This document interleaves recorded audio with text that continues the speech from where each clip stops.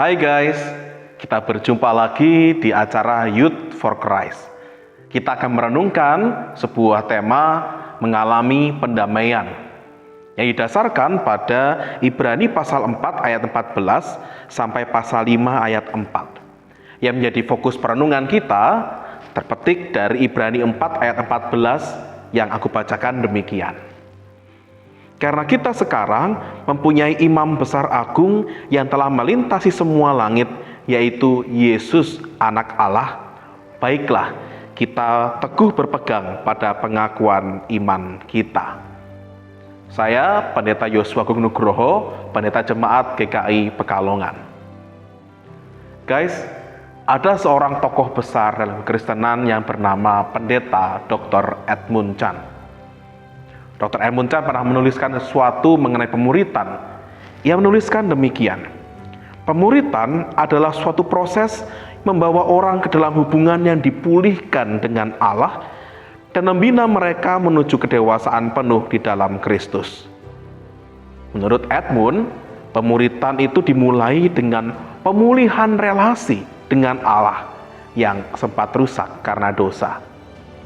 Proses itu kemudian terus berlanjut hingga memuncak pada pembaharuan dan kedewasaan diri yang penuh di dalam Tuhan Yesus Kristus.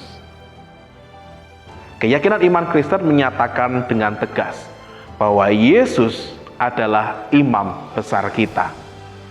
Melalui Yesus dan oleh Yesus, Allah telah mendamaikan dirinya dengan kita manusia. Jika imam besar dalam perjanjian lama mempersembahkan hewan sebagai korban penebusan dosa dan pendamaian, maka Tuhan Yesus memberikan dirinya sendiri sebagai korban penebus dosa bagi manusia. Ia telah menderita dalam dunia ini.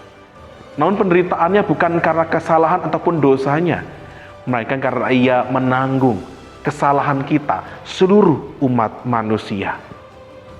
Sebagai buahnya guys, kita kini beroleh pendamaian yang sejati dengan Allah.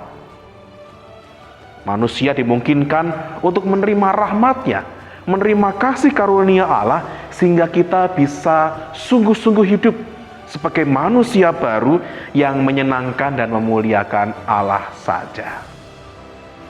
Guys, sebagai murid Tuhan Yesus Kristus, hidup kita ini telah didamaikan dengan Allah. Kita bukan lagi seteru Allah, kita ini hambanya, kita ini umatnya, kita ini muridnya, bahkan kita ini juga disebut sahabatnya Allah. Maka syukurilah pendamaian itu dalam kehidupanmu sehari-hari ya guys. Jadilah hubungan yang akrab dan personal dengan Allah, dan nyatakan juga relasi itu dengan hubungan kita pada sesama manusia.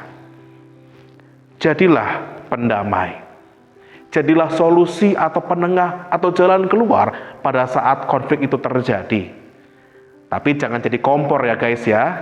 Ingat, pulihkanlah relasi dengan sesama sebagaimana kita telah dipulihkan dengan Allah. Tuhan memberkati.